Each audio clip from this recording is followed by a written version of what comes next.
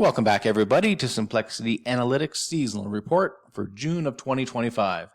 This month, there isn't a heck of a lot of seasonality in terms of heat maps to go over, but we do have a few, and those are live cattle, sugar, and crude oil on the bullish side, and on the bearish side, we have lean hogs and silver. So, of note here, the crude oil and silver are not going to be produced on heat maps because for the most part, energies and metals do not bode well for heat map generation. There's a lot of dates that can go both ways, and with the dollar values of a $2,000 stop, they tend to be stopped out at break even a lot. So that they're just two markets that are not great for doing heat maps on.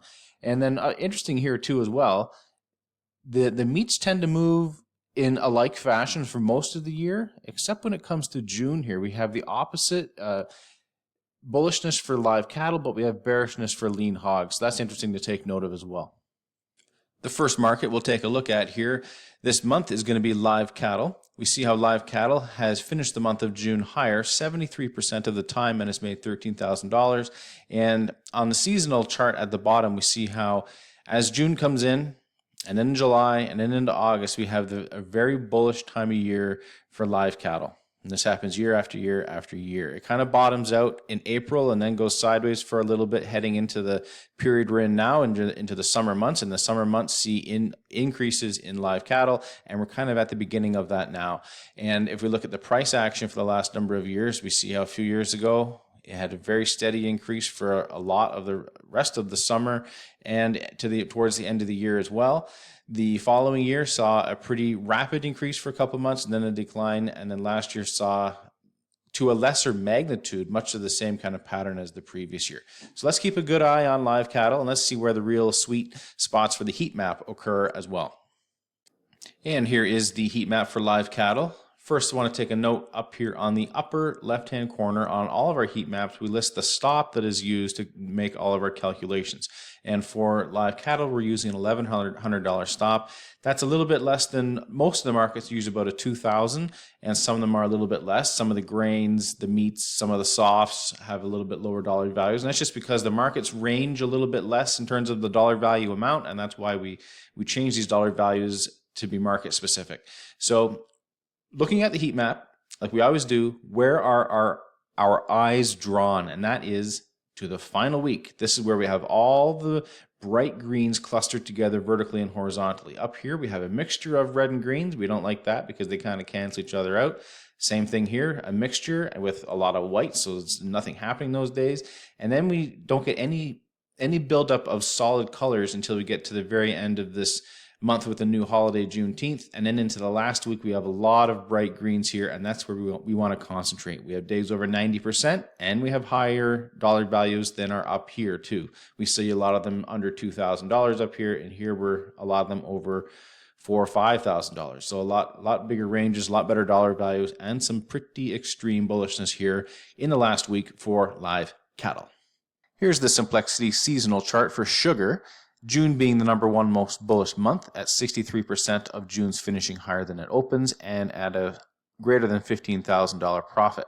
We see on the indicator at the bottom, we see how when June comes in, June kind of comes in right at the seasonal low, which occurs in about the May to June time frame, and then seasonally sees an increase for the next couple of months, I guess, before we hit a rough patch towards the fall or later on in the year.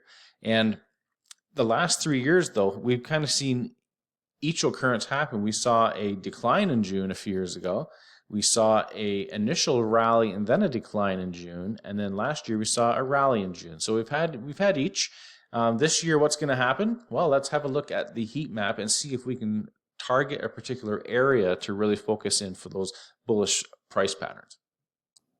The June sugar heat map using a $1,000 stop, which is indicated up here in the upper left, shows a lot of bright green the entire month. Our eyes aren't really drawn to one particular area over another. We see it maybe a little bit more white in the middle here of neutral days, whereas opposed to the first week we get a lot more green as a percentage of those days, and then also in the last week a lot more green solidly right across here on the June 25th. We have greens all the way across on all 4 days, which is really great. That could be a focal point. as well as the first week, but really all of June, if patterns present themselves in sugar, I'm going to have a bias on the long side to be bullish on sugar in June. And as we do every month, we're going to take a look at the S&P E-mini seasonal chart. This is for June. June is the 7th most bullish, so it's kind of right middle of the pack here. And it's only been 57% higher than it has opened in June's and has made just under $12,000. So not a great percentage, and also not a huge dollar value considering the ES market has a lot higher dollars. The seasonal indicator at the bottom sees pretty much what the numbers bear out. We see pretty much sideways back here.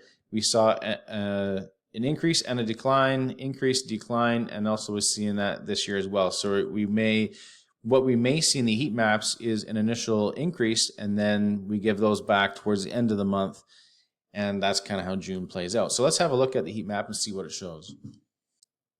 So the S&P E-minis is a little bit of a bigger market. That's why we do have the $2,000 stop, and that's as high as we go for any market. 2,000 is our cap, and if we compare this to what we just saw on the seasonal chart, we see that, yeah, initially this first week is on the bullish side. Not a heck of a lot of bright greens, but we have some lighter greens here as well with no reds. So that's a bullish week. And then the following week, now we start getting a little bit of reds mixed with greens. Then a week after that, and into the following week, we see nothing but reds. And then we see some green at the end again. So this is the definition of a mixed month. We have an initial rally, then we get some choppiness towards some bearishness creeping in towards the middle of the month, and then we get finally a little bit of a rally at the end. So where do you pinpoint days here? Maybe I would look on the short side here in the last week. So this would be starting on the 23rd, maybe on a short side, because they do have some pretty good percentages here and some good dollar amounts. And this is also coming on the heels of some bearishness from the week prior. So other than that, I wouldn't get too excited about any days up here too much. There are a lot of white days mixed in, which are neutral. Here we have reds and greens mixed together, which I'm not crazy on. And then here we do have solid reds and no greens for about 4 or 5 consecutive days here. So that would be my focus area for shorts on ES in this time frame right here. Thanks for watching. Remember to like and subscribe and hit that notification bell so you're notified on our next videos. Simplexity Analytics, making complex trading simple.